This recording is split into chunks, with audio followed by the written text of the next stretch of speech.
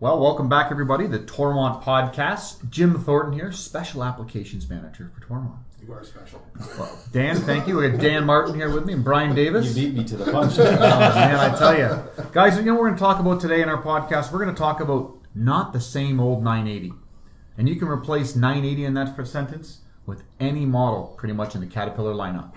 So what do I mean by this? Well, guys, how many times have we heard, you know what? Customer says, I need to replace that old 950G. You know what? I got a 336B or a 330B at the time.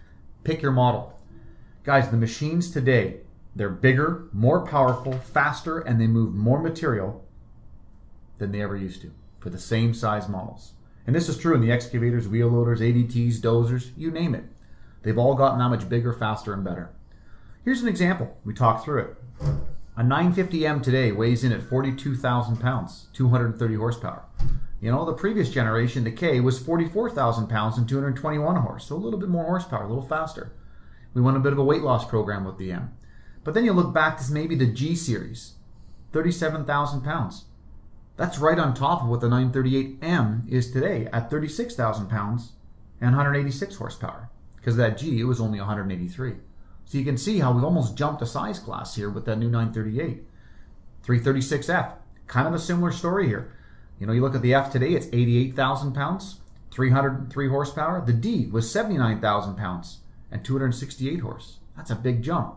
You go back to that C, 77,000 pounds and 247 horse. Well, what happens to a 329 today, which is now known as a 330F?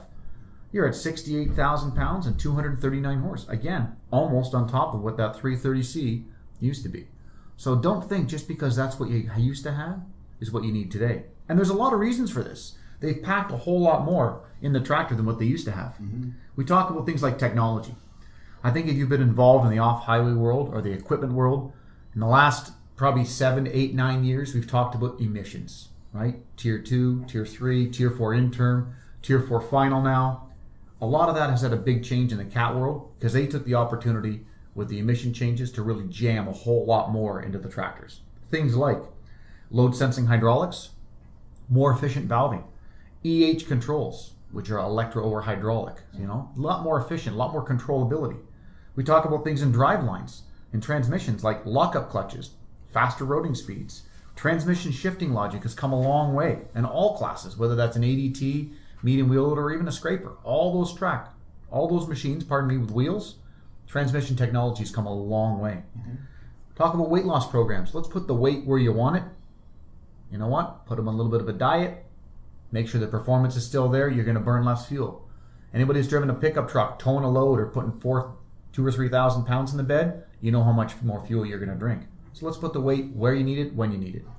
We talk about technology, things like D7E, electric drive, just some revolutionary things in our industry. I think the phrase, Brian, you can validate this, is something drinks like a 6, pushes like an 8. This tractor's got a lot to offer. You know, we talk about other factors you need to look at. Because you know what, heck, can I make do with that 938? You know what, is that 330F going to replace my 330C?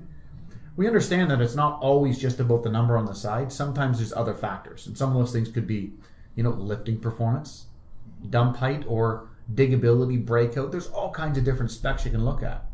But I guess the point is today, with some of the other technology we talk about, CGC, you know, integrated technologies, integrated scales, a lot of stuff is now in the tractors today that you didn't have before. So before you just walk into your CAT rep and your sales rep and say, hey, I need a new 980, maybe you should think about it and say, what am I trying to do?